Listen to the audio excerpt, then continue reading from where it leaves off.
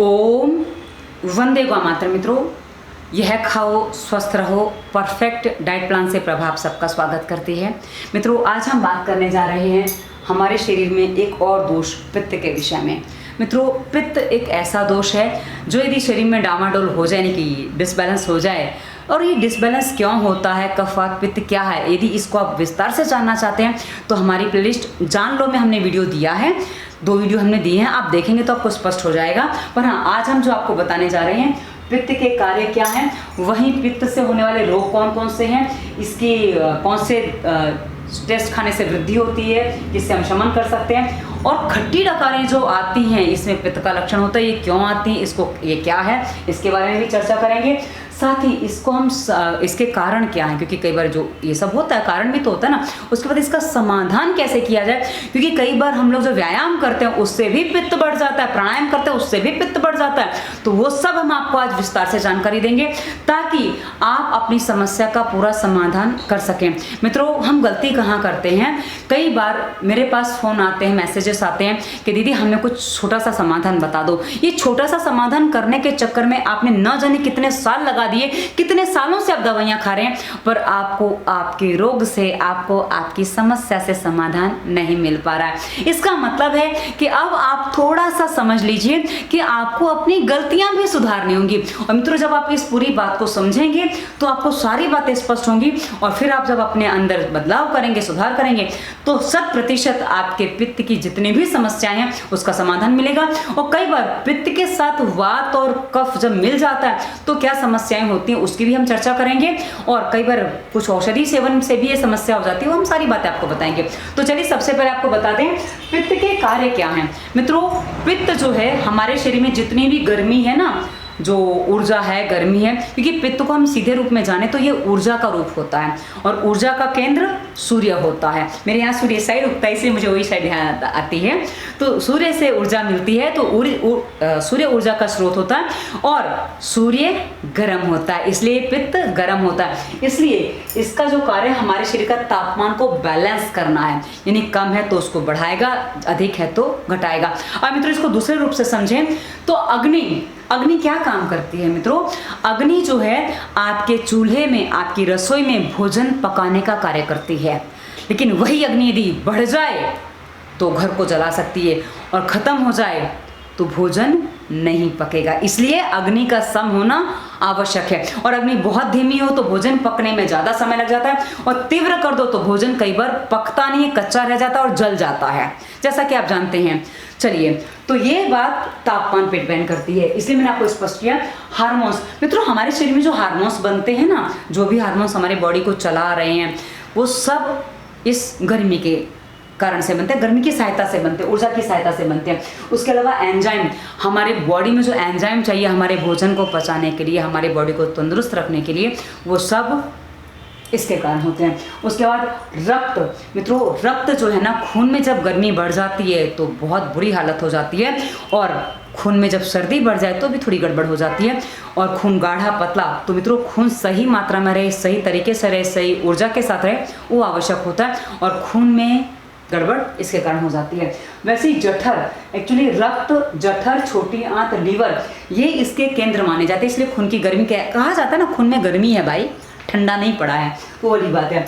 जठराग्नि होती है। वहीं छोटी आंतों में, छोटी आंत में एक हिस्सा होता है, मैंने पाचन तंत्र जहाँ बताया उसमें बताया, पिछले 2 वीडियो पहले मैंने वो वीडियो दिया था, पाचन तंत्र जब बताया था तो मैंने उसमें बताया था कि जहाँ आपका ड्यूडेनम यानी कि आंतों की जो शुरुआत होती है ना, वहाँ सारे पाचक रस जो जठर से भी आते हैं, आंतों से आते हैं, और वो सब पेनक्रियास से आते हैं, वो सब हमारे वहाँ मिलते हैं। इसलिए आंतों, जो छोटी आंतें होती है ना, वो उसका केंद्र माने जाते हैं, और लीवर, पेनक्रियास जो तो मैंने बता ही दिया साथ में, तो ये हमारे पित्त का केंद्र माने जाते हैं। तो हमारे शरीर में यदि आपको मैं बताऊं तो फेफड़ों से नीचे जो जाता है ना, उसके यहाँ इतना जो हिस्सा है नाभि के ऊपर का, और फेफड़ों से नीचे का जो हिस्सा है, ये अग्नि का केंद्र माना जाता है। अब मित्रों, जब ये विकृत होती है तो कहाँ कहाँ जाती है वो हम आपको बाद में बताएंगे। अच्छा, इससे जो रोग होते हैं, रोग क्या होते हैं मैं आपको बता दूं।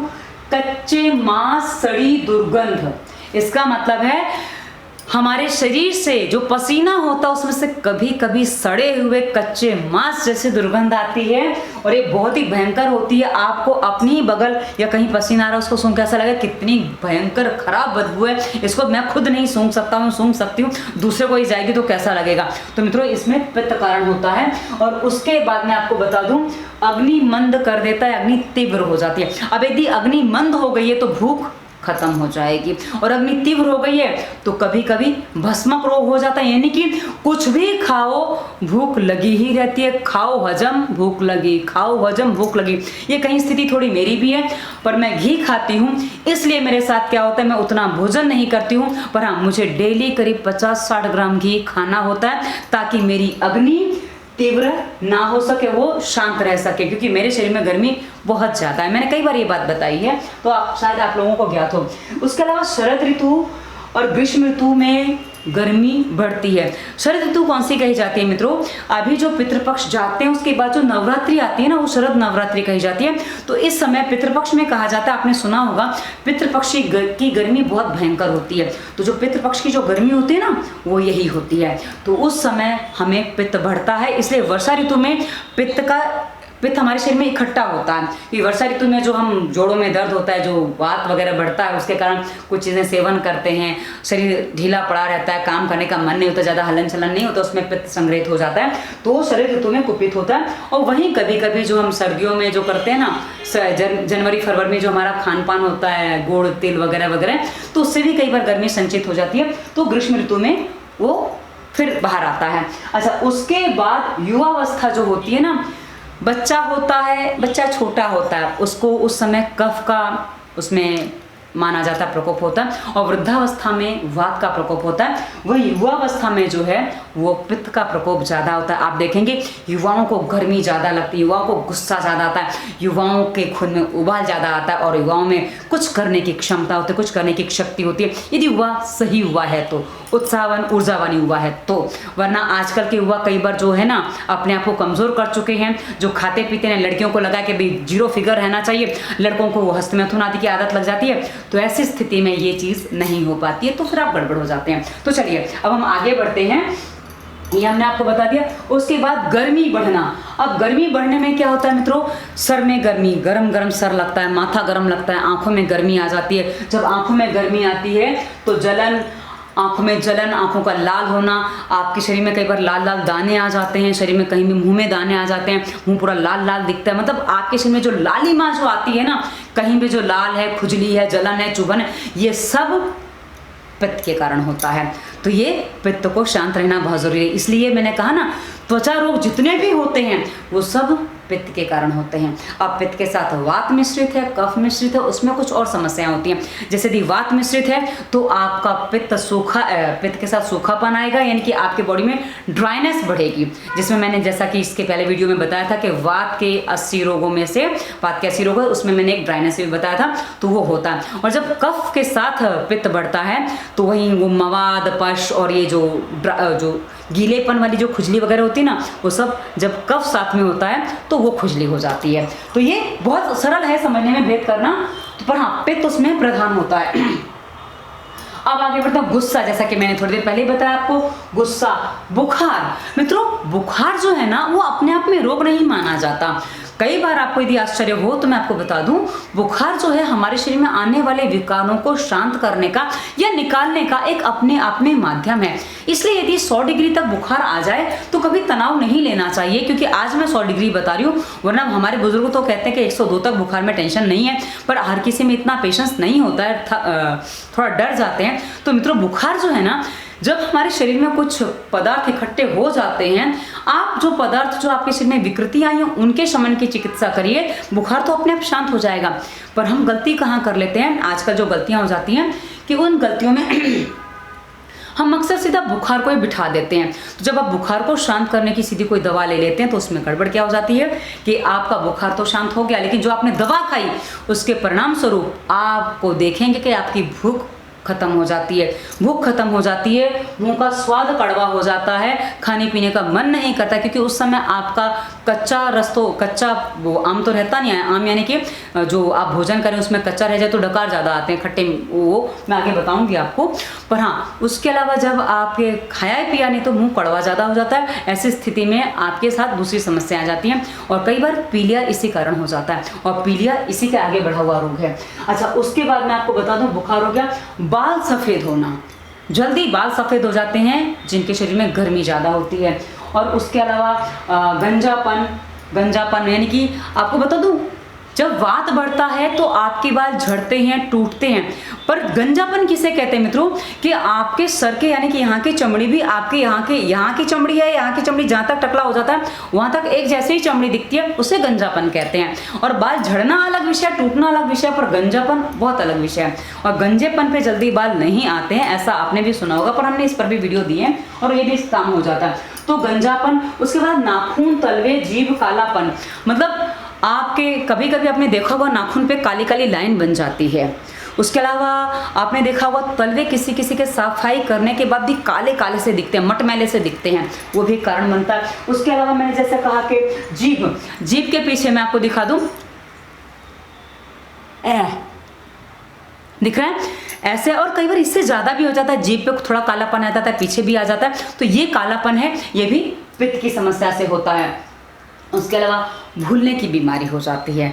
ऐसे लोग डरपोक भी होते हैं, क्योंकि जिनमें पित्त की वृद्धि तो कई बार उत्साह बढ़ा देती है कि जब जिनमें क्षय हो जाता है, और क्षय का एक बहुत बड़ा कारण होता है धातु क्षय होने से, तो ये मित्रों कई बार उसमें डरपोक बना देती है। तो मित्रों ये इसमें डरपोक होना। उसके अलावा नकारात्मकता, कि जब आप कमज़ोर हैं तो नकारात्मक होना स्वाभाविक हो जाता है, क्योंकि कमज़ोर व्यक्ति हमेशा अच्छा नहीं सोच पाता, उसको हमेशा दुष्परिणाम ही दिखते हैं, तो वो नकारात्मक हो जाता है। और जब नकारात्मक होता है तो उसके बाद मानसिक तनाव बढ़ना तो स्वाभाविक है। और उसके बाद पीलापन, जैसा कि मैंने ऊपर भी बताया आपको, पीलापन, नाखून में पीलापन और शरीर में पीलापन, उसमें पीलिया जैसा मैंने अभी थोड़ी देर पहले आपको बताया था। तो मित्रों आंखें पीली होना, शरीर में पीलापन आ जाना, शरीर पीला पीला दिखना, कमज़ोरी में ऐसा अक्सर हो जाता है। और मित्रों एक कमज़ोरी कैसी होती है, जब जैसा मैंने कहा बुखार में दवाई खा ली है, या कोई आपने कुछ ऐसी चीज़ कर ली है, पित्त ज़्यादा बढ़ गया है, तो शरीर में जो आपका खून है वो खून का कई बार देशी भाषा में कहूँ, जो हमारे बड़े बुजुर्ग कहते हैं, ये खून का पानी हो जाता है। तो ऐसी स्थिति में खून की कमी हो जाती है, तो आपको कहूँ कि पीलापन आना स्वाभाविक हो जाता है। और वहीं जब पीलापन आएगा, शरीर कमज़ोर हो जाएगा, तो थकान और ज़्यादा नींद आना। वैसे पित्त वालों को सामान्य नींद आती है, पर हाँ ऐसी स्थिति में नींद या तो ज़्यादा आने लग जाती है या कम आने लग जाती है, क्योंकि यदि आपको तनाव बढ़ गया है, जैसा कि मैंने पहले लिखा है, मानसिक समस्या है, तो कई बार नींद ज़्यादा भी हो जाती है और कम भी हो जाती है, दोनों बातें बन जाती हैं।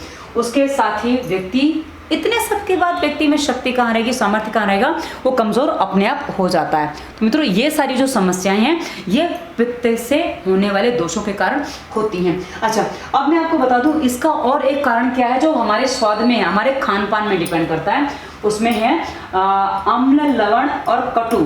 अम्ल यानी के खट्टा, लवण यानी के नमक, और कटु यानी के चरपरा, जिसे हम मिर्ची के नाम से जानते हैं। कटु शब्द से जरा स्पष्ट रहे, मैं जितने भी वीडियो बना रही हूँ इन विषयों पे आपको कटु और तिक्त में अंतर स्पष्ट कर रही हूँ। कटु यानी कि जिसे हम चरपरा कहते हैं मिर्ची वाला, और तिक्त यानी कि जिसे हम नीम करेला वाला स्वाद कहते हैं, वो वाला होता है। यहाँ आयुर्वेद में थोड़ा सा इतना भेद है। अच्छा, अब ये जो है ना अम्ल, लवण और कटु, ये पित्त को बढ़ाने वाले हैं। यदि आप समझ लीजिए, यदि आप खट्टा ज़्यादा खाते हैं, अब खट्टे में क्या क्या, खट्टे में एक पदार्थ के लिए चिकित्सक मना नहीं करते, मैं डॉक्टर नहीं कहूँगी क्योंकि आयुर्वेदिक चिकित्सक कहे जाते हैं, तो चिकित्सक हमेशा आयुर्वेदिक एक बात के लिए कहते हैं, यदि आपको खट्टा खाना है तो आप कोकम का खट्टा खाइए। अब कोकम क्या है मित्रों, गुजरात महाराष्ट्र में मिल जाता है, गुजरात में मैंने उतना नहीं देखा है, पर महाराष्ट्र और ये गोवा साइड बहुत अच्छे से मिल जाता है, क्योंकि यह यहाँ की पैदावार है। तो मित्रों कोकम आप खाइए, और आप आंवले का खट्टा खा सकते हैं, पर आप खट्टे में खटाई, जिसे हम कहते हैं ना अमचूर वगैरह, आम का, ये खट्टा आप नहीं खाएंगे, ये आपको बहुत नुकसान करेगा। वहीं टमाटर का किसी किसी को नुकसान करता है, किसी किसी को नींबू का भी नुकसान करता है, पर नींबू आप खा के देखेंगे, आपको पता चल जाएगा कि आपको नुकसान करेगा या नहीं करेगा। इसलिए आप देख लेंगे तो आपको पता चल जाएगा, क्योंकि नींबू में सूखापन ज़्यादा होता है, पित्त के साथ, वात के साथ है तो काम नहीं करेगा उतना अच्छा। सूखापन ले आएगा। तो अम्ल, लवण जैसा कि आप नमक जानते हैं, तो नमक में आप क्या क्या चीज़ें आगे आप समझ सकते हैं, मैं उसको आगे और विस्तार से डिस्कशन करूंगी।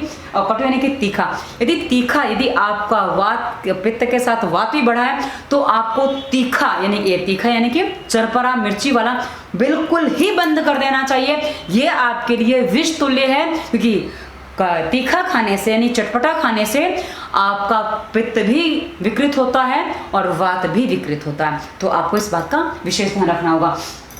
और इसका जो शमन होता है ना, वो मधुर तिक्त कषाय रस के सेवन से होता है। मधुर तिक्त कषाय यानी कि मीठा, तिक्त यानी कि नीम करेला जैसा, और कषाय यानी कि आंवले का दूसरा स्वाद जो होता है, आंवले में एक स्वाद खट्टा होता है, दूसरा कसैला होता है, तो वो होता है। और आंवला मित्रों खट्टा होने के बाद भी आंवले को भी खट्टे के दोष लागू नहीं होते हैं, इसलिए आंवले खट्टे के होने के बाद भी उसको सेवन किया जा सकता है। और मित्रों यहाँ मैंने आपको आगे बताया है कि भाई इसकी कहाँ गया, हाँ कारण ये रहे। अभी इसको मैं खट्टी डकार जो मैंने लिया है ना, खट्टी डकार साम तिक्त। मित्रों खट्टी डकारें जो आपने देखा होगा कई बार क्या आता है, खाना ऊपर को आता है, उसमें खट्टी डकारें खाना एकदम ऊपर को आ जाना, ये कौन सा भोजन होता है मैं आपको स्पष्ट कर दूं। जब हम भोजन करते हैं मित्रों, भोजन जो हम करते हैं हमारे जठर में जाता है, मैंने पाचन क्रिया में बताया है, जान लो प्लेलिस्ट में आपको वीडियो मिल जाएगा, या दूसरी प्लेलिस्ट, अभी मैंने 2 ही प्लेलिस्ट बनाई हैं, उसका मैं नाम भूल रही हूँ, समझ लो कुछ ऐसा दिया है ज़्यादा, क्योंकि मैंने इसके नाम बहुत छोटे छोटे रखे हैं ताकि आपको ढूंढने में दिक्कत ना आए, मुझे बताने में भी समस्या ना आए, तो इसलिए मैंने छोटे छोटे नाम रखे हैं इसकी प्लेलिस्ट के। तो चलिए, हाँ नहीं वो तो भेषज है, तो जान लो में ही आपको मिलेगा, जान लो में ही आपको वो पाचन तंत्र का वीडियो मिल जाएगा।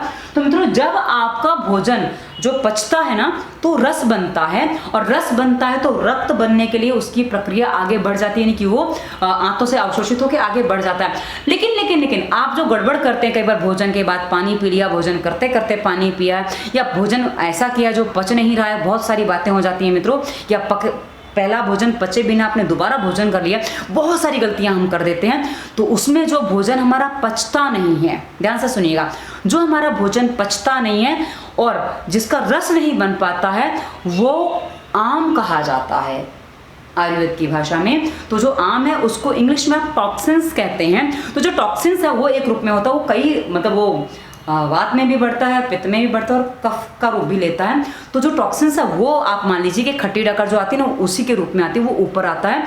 तो उस समय आपको तिक्त यानी कि कड़वे रस का सेवन करना चाहिए, ताकि आपकी साम पित्त का शमन हो सके। और यदि निराम पित्त है, यानी कि पित्त आपका शमन हो चुका है, वो आपका जो भोजन है उसका रस बन चुका है, उसको निराम पित्त कहते हैं, तो उस समय आप मधुर और कषाय, मधुर यानी कि मीठे, कषाय यानी कि वो पोषण देने के लिए, मधुर और कषाय जो रस होते हैं वो पोषण देने का काम करते हैं। और मित्रों मधुर और कषाय रस का एक सबसे अच्छा उदाहरण है, वो है शहद।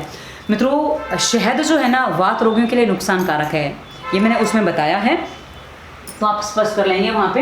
तो ये इस तरह से इसका होता है। अब मैं आपको आगे बता दूं कि ये जो पित्त बढ़ता है ना, इसके कारण क्या होते हैं। अनियमित दिनचर्या, अब बोला ना, सुबह शाम कभी भी कुछ भी करें, कभी भी सो रहे हैं, कभी भी उठ रहे हैं, कभी भी खा पी रहे हैं, तो उनका कोई समय ही नहीं है। तो ऐसी स्थिति में आपके पेट के, आपके तंत्र को कुछ पता ही नहीं चलता। क्योंकि मित्रों एक बात समझ लीजिए, इस संसार में जितने भी काम हो रहे हैं, सूरज अपने समय पे निकलता है, दिन रात अपने समय पे होते हैं, चांद अपनी गति से चलता है, उसको ग्रहण जिस दिन करना उसी दिन करना होता है, और जिस दिन जो होना होता है वो उसी दिन होता है, उसी समय वैसे ही हो रहा है। लेकिन हम क्यों इतने अनियमित हो जाते हैं, जबकि हम देखते हैं जानवर सारे नियमित चल रहे हैं, कोई गड़बड़ नहीं करता, पर हम जहाँ अनियमित होते हैं, यानी कि हमारी दिनचर्या, हमारा भोजन, ये जब सब अनियमित होता है ना, तो हमारे साथ पित्त बढ़ने की समस्या विकृत रूप से आ जाती है। उसके बाद अति मैथुन, मैथुन यानी कि जो आप जो हस्त मैथुन कर लेते हैं, या संभोग वगैरह जो भी क्रियाएं आप करते हैं जिसमें रति क्रिया सब शामिल हो जाती है, तो कुल मिला के आपके मानसिक यानी कि कामुक विचार रहते हैं, कामुक सोच रहती है, स्त्री हो चाहे पुरुष हो, या आप हस्त मैथुन करते हैं, ज़्यादा संभोग करते हैं, ये जो क्रियाएं हैं ना मित्रों, ये भी आपके शरीर में गर्मी को बढ़ाती हैं। जी हाँ, क्योंकि उस समय आप देखिए आपके शरीर में कितनी गर्मी बढ़ जाती है, और बाद में जब वो क्रिया खत्म हो जाती है, उसके बाद फिर वो आपके शरीर में थकान और कमजोरी को बढ़ा देते हैं, और साथ ही जब ये आएगा तो मानसिक नकारात्मकता होना स्वाभाविक हो जाता है, जैसा मैं आपको पहले ही बता चुकी हूँ। तो ये स्थिति बनती है मित्रों। उसके बाद तेल, मित्रों अति तेल। अब अति तेल हम कब खा लेते हैं? जब हम तला भुना मसालेदार ये सब चीज़ें खाते हैं तो उसमें अति तेल हो ही गया। तो और तेल में विशेषकर मित्रों मूंगफली का तेल और तिल का तेल, और आपको बता दूं तो एक और विशेष है सरसों का तेल भी। अब जिनको जो तेल खाने की आदत होती है उनको उससे उतना नुकसान नहीं होता है, पर हाँ कई बार दूसरे तेल के से नुकसान हो जाता है, पर सामान्यतः ये नुकसान करता ही है। तो आपको तेल का सेवन पित्त बढ़ाता है। साथ ही मांस का सेवन, मांस कोई भी जानवर का हो मित्रों वो आपको नुकसान करेगा। उसमें अंडा भी शामिल होता है, अंडा उसके प्रारंभिक स्टेज होती है तो उसमें वो भी शामिल होता है। तो ये आपकी गर्मी बढ़ाने में बहुत बड़ा योगदान देते हैं। यदि इसलिए कहा जाता है जब चर्म रोग हो तो कोई भी गर्म चीज़ आपको नहीं खानी है। उसके साथ हम आगे बढ़ते हैं। खट्टा, खट्टा मैंने आपको ऊपर ही पहले बता दिया था, पर खट्टे में आप विशेष ध्यान रखें, खट्टा दही बहुत हानि करता है। इसलिए मैं जितना भी कहीं भी दही का सेवन बताती हूँ, ये बताती हूँ कि आपने जमा है उसको फ्रिज में रखने की स्थिति ना बने, उससे पहले आप उसको ख़त्म कर दीजिए, तब आप दही ठीक से खाया ऐसा मानिए। वरना फ्रिज का रखा दही का गड़बड़ है, बाजार का लाया दही गड़बड़ है, क्योंकि वो भी गड़बड़ हो जाता है, फ्रिज में रखा पुराना है।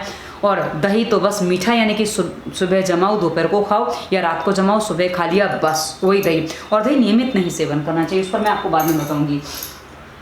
उसके बाद तीखा, तीखा जिसे हम कहते हैं ना चटपटा, तिक्त नहीं तीखा कह रही हूँ मैं इसलिए चटपटा, तो वो खाने से ज़्यादा खाने से भी समस्या होती है। वो बाहर के भोजन में ये सारी चीज़ें होती हैं। अब आप समझ लीजिए इसमें क्या क्या शामिल हो गया। उसके साथ कोल्ड ड्रिंक आप ले सकते हैं, कोल्ड ड्रिंक और जो बाहर के ड्रिंक आते हैं, जितने भी ड्रिंक आते हैं वो सब इसमें शामिल हो जाते हैं।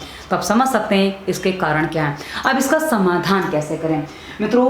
घी को हमने जैसा कि हमने आपको बताया, पित्त का शमन जो है वो, जैसे कि मैंने आपको बताया अम्ल लवण कटु ये 3 रस इसकी वृद्धि के कारण होते हैं। तो शमन में मधुर तिक्त कषाय, अब ये इससे शमन होता है। लेकिन अब आपको देखना है कि आपके शरीर में खाली पित्त बढ़ा है कि पित्त के साथ वात या कफ भी बढ़ा है, तीनों ही बढ़े हैं। क्योंकि तीनों की स्थिति में आपको सिर्फ प्राणायाम और स्वास्थ्य नियम का पालन करने के अलावा विशेष कुछ बचता नहीं है, जिसके वीडियो मैं इस वीडियो के डिस्क्रिप्शन में सारे दे दूंगी ताकि आप पालन कर सकें। पर मित्रों क्योंकि क्या होता है ना, जब तीनों विकृत हो जाते हैं तो आप कौन सा रस खाएं समझ में नहीं आता, और उस समय जो आपका चिकित्सक है वही आपके चिकित्सा के समय आपको बता सकता है आप ये खाइए ये मत खाइए। क्योंकि ऐसे यदि मैं आपको कोई मार्गदर्शन दे दूं और आप कुछ चीज़ें खा लें तो आपको नुकसान कर सकती हैं। पर मैं ऐसी स्थिति में आपको कुछ चीज़ें सुझा सकती हूँ कि जैसे मूंग की चीज़ें आप खा सकते हैं, मूंग की दाल की खिचड़ी, मूंग की दाल का हलवा भी आप खाइए, पित्त का बढ़ाया, पर हाँ कफ के साथ बढ़ाया तो हलवा मत खाइए, उसके चीला बना के आप खा लीजिए। और ये सब मैं वीडियो आगे हमारा एक चैनल है प्रभा, अभी मैंने उसका नाम बदला प्रभात की किया है, डिस्क्रिप्शन में हमने उसका लिंक दिया है, सात्विक भोजन या कुछ रसोई का प्लेलिस्ट का नाम हमने दिया, उसमें आपको सारे वीडियो मिलेंगे मित्रों। मूंग की जो दाल है उसके जो व्यंजन आप खाएंगे ना, वो आप कहा ना घी, पित्त के साथ वात है तो घी मिला लीजिए, और कफ है तो घी को हटा दीजिए, आप कुछ और चीज़ बना लीजिए, जैसे चीला बना लिया, सूखा ये क्या कहते हैं दाल बना ली। उसके अलावा दाल को खाली आपने उबाल के उसको ऐसे ही खा लिया मूंग को, ये आप। और उसके अलावा जौ के आटे की रोटी वो हर कोई खा सकता है। जौ के आटे की रोटी, मोटे आटे की रोटी, आप जो आटा खाएंगे मोटा होगा वो आपके लिए फायदे कारक होगा। क्योंकि क्या होता है ना मित्रों, आपका पेट साफ होना बहुत ज़रूरी है। यदि आपका पेट साफ नहीं है, क्योंकि मैंने समाधान में सबसे पहले लिखा है पेट साफ होना, तो पेट साफ जब होगा तभी आप ठीक हो पाएंगे। तो मित्रों पुष्टाहार पतंजलि का दलिया आता है वो आप सेवन करिए, साथ ही जौ दलिया आप सेवन कर सकते हैं, इससे पेट जल्दी साफ होता है और ये किसी भी दोष को बढ़ाते नहीं, सम करते हैं। जो दलिया है सम करते हैं। पर कहा ना जो हल्का सुपाच्य वो सब आहार मैंने स्वास्थ्य नियम प्लेलिस्ट में बताया है, तो आप डिस्क्रिप्शन में मैंने कहा ना लिंक मिल जाएंगे, देखेंगे तो आपको पता चल जाएगा। उसके बाद आगे प्राणायाम। मित्रों ध्यान दीजिए, गर्मी बढ़ी हुई है, पित्त के आप रोगी हैं तो आप कोई भी गर्मी बढ़ाने वाला प्राणायाम बिल्कुल नहीं करेंगे, जिसमें विशेषकर कपालभाति टोटली स्टॉप, और सूर्यभेदी प्राणायाम टोटली स्टॉप। अब आप बोलेंगे मुझे तो कफ भी है साथ में तो मैं क्या करूं? आप अनुलोम विलोम प्राणायाम करिए, आप भस्त्रिका करिए, आप भ्रामरी उद्गीत करिए और उज्जाई करिए, ये आपके बैलेंस करेगा। उज्जाई जो है आपके सबसे पहले हार्मोन्स को बैलेंस करेगा, सही रखेगा, तो आपके शरीर में प्रक्रिया अपने आप सामान्य होने लगेंगी।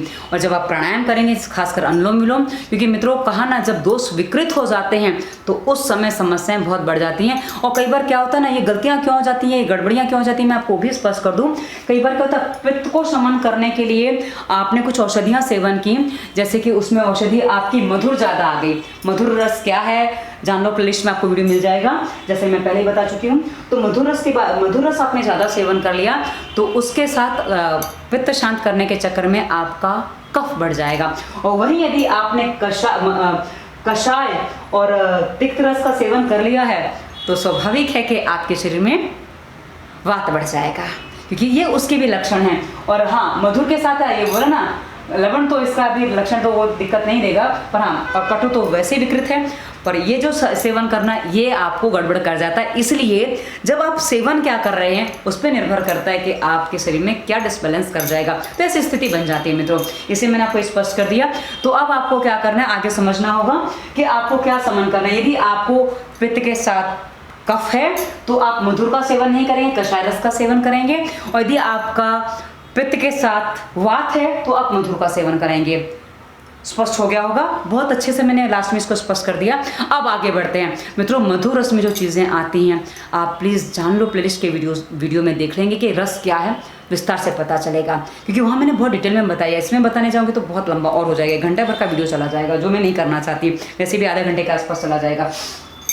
उसके बाद व्यायाम जब आप करेंगे ना मित्रों, आपको ध्यान ये रखना, शरीर में गर्मी बढ़े, मतलब आपको पता चलेगा कि शरीर मेरा गर्म हो रहा है। क्योंकि जैसे कहा ना, पित्त बढ़ता तो शरीर में गर्मी, मैंने पहले ही बता दिया है, हाँ यहाँ बताया था, गर्मी बढ़ जाती है, आंखों में, पूरी बॉडी में गर्मी बढ़ जाती है, हाथ पैर में गर्मी बढ़ जाती है। तो यदि आपको लग रहा है कि मेरे बॉडी में हीट जनरेट हो रही है, हीट बढ़ रही है, तो इमीडिएट आप वो व्यायाम आप नहीं करेंगे।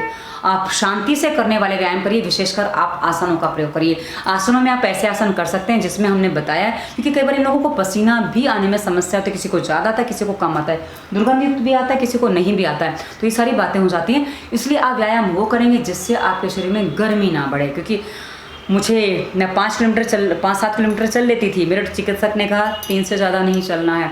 मैं 40 सूर्य नमस्कार करती थी, मुझे कहा 4 से ज़्यादा नहीं करना, मैं 8 भी नहीं चलेंगे। खैर बीच में तो 16 ही कर रही थी, पर वो 4 पे ले आए हैं मेरे को। तो आप समझ सकते हैं कि हमारे तो प्रतिबंध लगा दिया जाता है। इसलिए आप ऐसे व्यायाम करेंगे जिससे आपके शरीर में हीट ना बढ़े, तो इसका आप ध्यान रखेंगे। उसके बाद मुद्रा में आप है ना, अब बात उतनी है, वात के साथ बढ़ा है तो एक मुद्रा में आपको बता दूं, वात और पित्त बढ़ा है तो आप ये मुद्रा लगाइए। क्या, पहली उंगली अंगूठे के मूल में लगाइए और अंतिम उंगली अंगूठे को ऐसे टच कर दीजिए। ये यदि आप मुद्रा लगाते हैं, मुझे इस मुद्रा का नाम नहीं पता है, पर मैंने इसको खुद प्रयोग किया है और मैंने इसके काफ़ी अच्छे रिजल्ट पाए। जब मैं ये मुद्रा लगाती हूँ ना, वात और पित्त मेरा बढ़ा हुआ है, तब मैं ये मुद्रा लगाती हूँ मित्रों, मुझे शरीर में जो गर्मी बढ़ रही होती है ना, उसमें तुरंत आराम हो जाता है इस मुद्रा को लगाने से। पर इसमें उतनी ही देर लगाती हूँ जितनी देर मेरे शरीर में गर्मी बढ़ती है, शरीर शांत हुआ, मैं इस मुद्रा को छोड़ देती हूँ। तो ये मुद्रा मुझे कितनी देर लगानी पड़ती है कभी निश्चित नहीं होता, कभी 10 मिनट में भी हो जाता है, कभी आधा घंटा भी लग जाता है, तो डिपेंड करता है कि हमारी स्थिति क्या है, तो आप डिसाइड करेंगे। उसके अलावा वायु मुद्रा, ये पेट की जो गर्मी बढ़ती है उसके लिए अपान मुद्रा अच्छी होती है। एक काकी मुद्रा होती है, हमारी मुद्रा प्लेलिस्ट में मैंने उसको और वीडियो दिया है,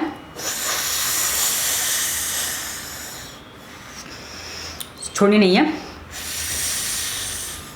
सांस भर के उतार देनी। जब आप मुद्रा के प्लेलिस्ट के वीडियो देखेंगे आपको पता चल जाएगा। और साथ ही आप चंद्रभेदी प्राणायाम करें ताकि आपके शरीर में गर्मी शांत हो सके। पर कफ है तो थोड़ा सावधान रहें, वरना गड़बड़ हो जाएगी। और मित्रों कई बार वात के साथ भी क्या होता है, जोड़ों में दर्द आ जाते हैं। जैसे मैं आपको बता दूं, मुझे जोड़ों में दर्द कहीं नहीं है, मेरे शरीर में इतनी गर्मी होने के बाद जोड़ों में दर्द सामान्यतः नहीं होते हैं, पर मेरे जोड़ों में इतना घी खाने के बाद भी सूखापन है। यानी कि ऐसे जब करती हूँ ना, मेरी गर्दन में आवाज़ आती है, मेरी घुटने में कई बार चढ़ने में थोड़ी वो चरचराहट की आवाज़ आती है। मैं ये आपको इसलिए बता रही हूँ ताकि आपको समझ में आए और इजीली समझ में आ जाए। तो मित्रों ये स्थिति बनती है।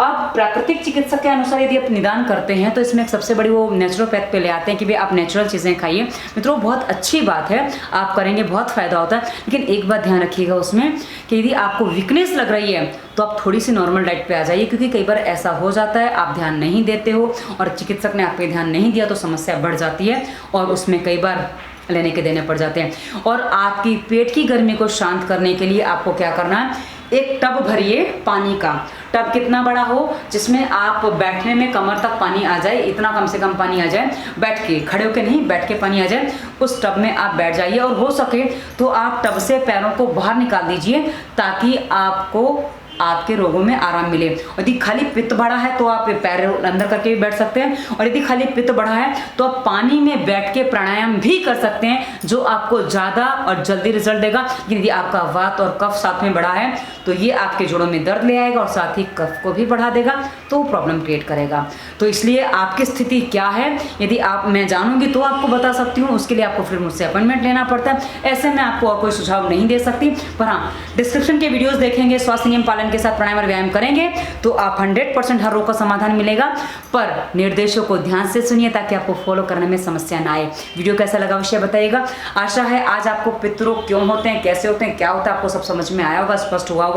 तो आपका रोग क्या है, आपको समन करने में उसकी आसानी होगी। और डिस्क्रिप्शन में इंस्टाग्राम, फेसबुक, ट्विटर का लिंक भी दिया है, नंबर भी दिया, जहाँ मोटिवेशनल थॉट्स वगैरह डालते हैं जो आपको जीवन जीने में